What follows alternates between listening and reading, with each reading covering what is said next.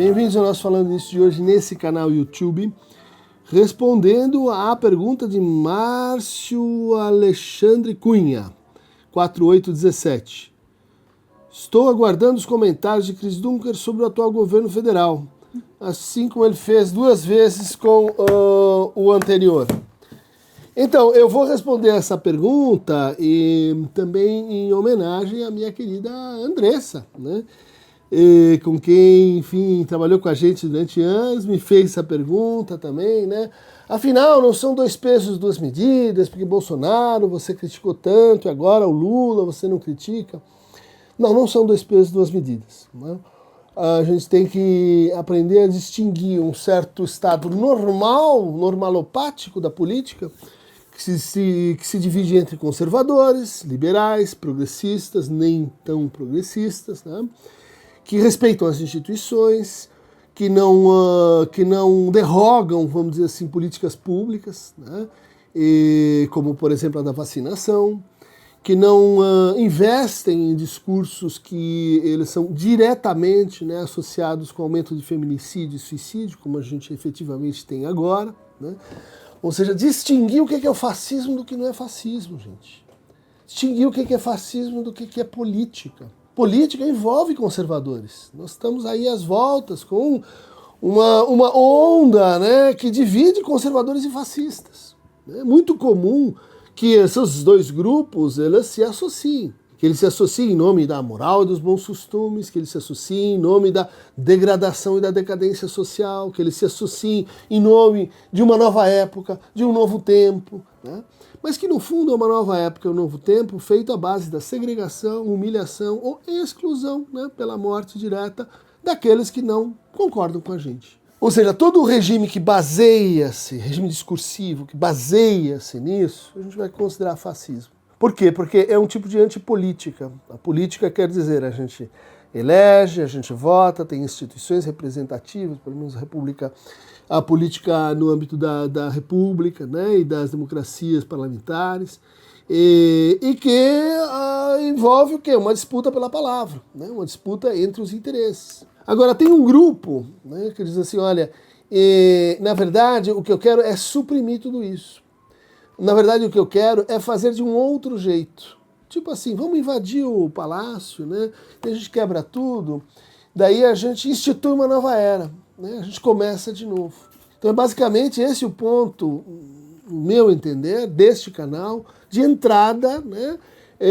Como denúncia, como reação crítica, àqueles que querem, assim, aposentar a política, né? Querem substituir a política por outra coisa, né? Querem substituir a política por golpe, né? Querem substituir a política por manejos de deflação daquilo que constitui, vamos dizer assim, desde Montesquieu, a regra fundamental do campo do político, que é distribuição de poderes, limitação de poderes. É assim que começa, né? Executivo, judiciário, legislativo. O que acontece quando a gente está no fascismo? Essa mútua limitação ela é substituída por um poder central. E que claramente a gente observa nas consequências do governo Bolsonaro, né, no projeto, que agora fica mais claro, do projeto Bolsonaro, de assim, passar por cima do judiciário. Né? Não é à toa que o grande novo inimigo de uma série tão extensa seja o Alexandre de Moraes. Né? Por quê? Porque foi aquele que barrou. Foi aquele que disse, não faça assim. E a gente pode dizer, errou, não errou, foi injusta medida, está na sua função, não está extrapolando, né, a sua função. A gente pode dizer, vai haver uma autolimitação dentro ali do Supremo. O Supremo também tem problemas gravíssimos, né, de funcionamento histórico, a partir das nomeações vitalícias. A gente pode discutir tudo isso no âmbito da democracia, né? Se a gente substituir esse âmbito por outra coisa, aí vocês vão ouvir minha crítica. A pessoa que não percebe essa diferença tem problemas, né? A pessoa que acha que a gente deve lidar da mesma maneira com políticos conservadores e políticos fascistas tem problemas. Por quê? Porque ela não está percebendo essa diferença, né? E é isso que faz com que aquele que começa com uma insatisfação completamente assim justa e digna, né? Como, por exemplo, essa personagem tipo, né? o motorista de Uber, branco, homem, que tem lá a sua família, que estudou um pouco, mas que não consegue galgar mais uma carreira profissional e que se encontra assim desacursoado e que encontra-se numa situação em que sua posição simbólico-social parece ter deflacionado ou escorrido. É essa pessoa que está sofrendo também, né?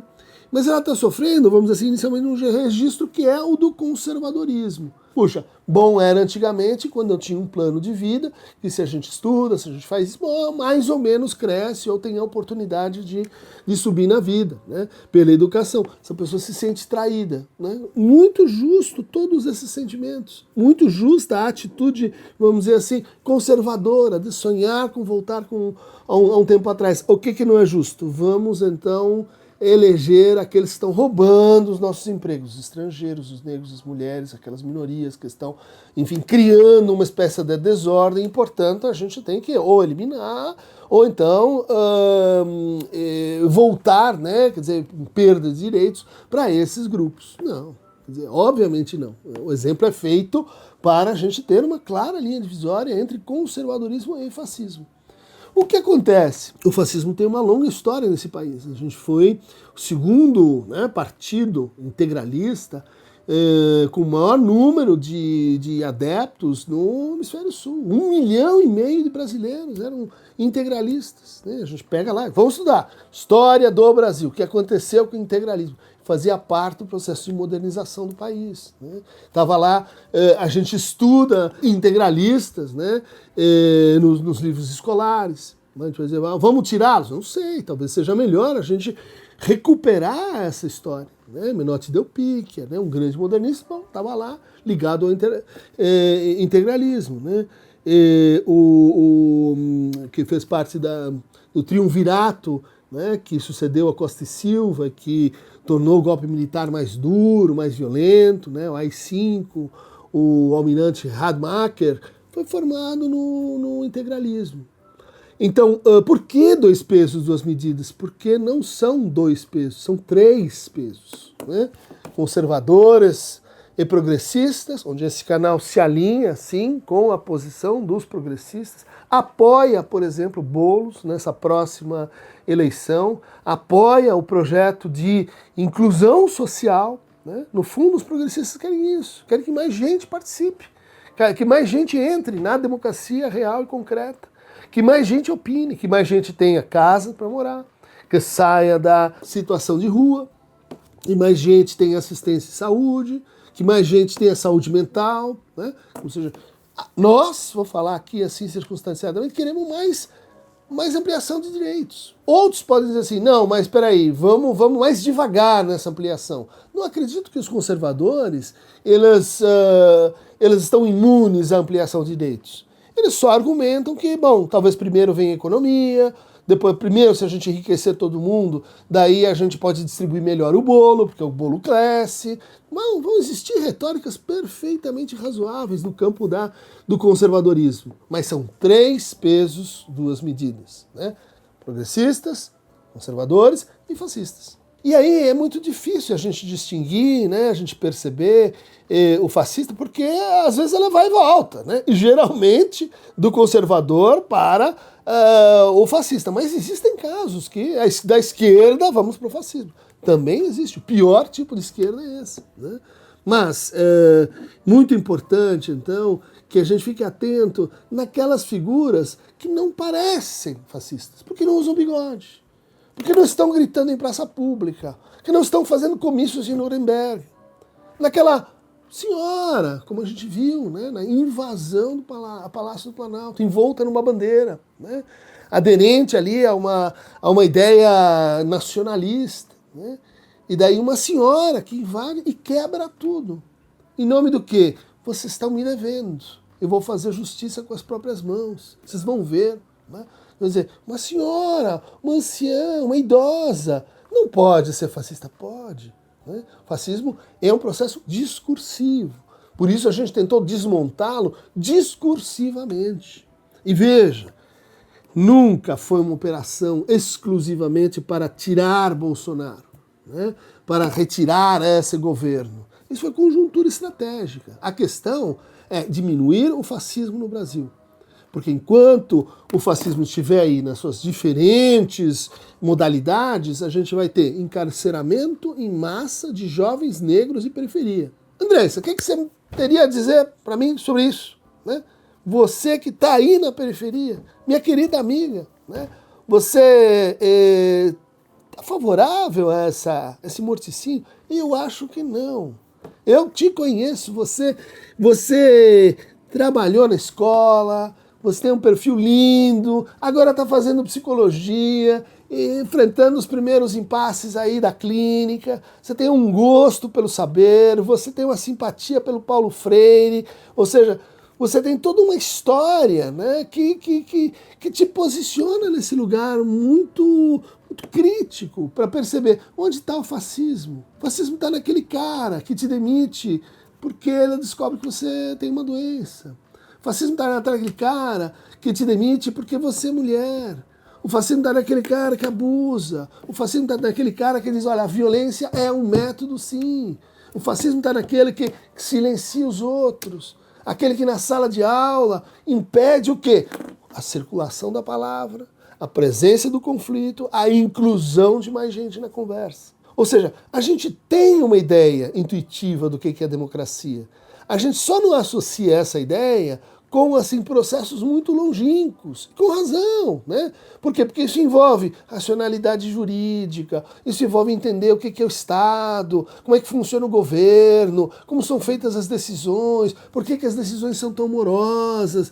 Isso implica você conhecer os limites, né, do orçamento, isso implica você, portanto, poder participar, né, do orçamento participativo. À medida que a gente vai entrando, né, e entendendo melhor os meandros da política, a gente vai, vamos dizer assim, se imunizando contra a aparição, né, de alguém que veste a máscara do pai protetor, como a gente falou aqui, e diz, deixa comigo, transfere para mim o seu desejo, transfere para mim a sua emancipação, transfere para mim porque eu cuido. Né? No fundo, você não sabe cuidar de si. Né? Eu vou cuidar de você, eu vou cuidar do Estado, eu vou cuidar da nação. Bom, e você diz assim, parece legal, no estado de confusão que eu tô, de incerteza, de penúria, parece legal, vou fazer essa troca. Daí alguém tem que chegar e dizer, são 3 pesos, 2 medidas. Tá, Márcio? Então tá respondido, hein? Há muitas críticas a fazer ao governo Lula, sim, nomeação e desnomeação de ministros, as negociações espúrias que a gente vê no Congresso, muita coisa errada, nomeação de ministro com o qual não se simpatizaria para o Supremo Tribunal, né? Há muitas críticas, mas fazer a crítica de pauta quente, vai lá no ICL, vai lá no TVT, vai lá no Conde, vai lá no Rovai, tem muita gente fazendo isso. Esse é um canal de psicanálise e crítico, né? E capaz de apertar, né? O que o meu professor lá, o Paulo Arantes, chama de freio de emergência. Dizer, opa, passou de certos limites, a gente vai entrar. Eu não vou ficar fazendo política aqui cotidiana, né? De vote nesse, voto naquele, bom, essa medida, aquela outra medida, a não ser quando isso nos concerne muito diretamente. Pautas em saúde mental, pautas enfim, relativas à psicanálise e assim por diante. Tá claro? Então, entra aqui na canoa, que é uma canoa que ela tem uma propriedade incrível, essa canoa do Aqueronta, porque ela vai aumentando na medida que mais gente vai entrando nela. Não é a canoa da democracia. Não é a canoa que vai diminuindo para que alguns sobrevivam, os mais fortes, aqueles robesianamente com alguma escolha divina, os 144 mil que serão eleitos. Não, não é essa canoa. Essa canoa é quanto mais gente, melhor. Outras canoas estão por aí. Localiza a dos fascistas e, de preferência, tira a rolha que eles afundam.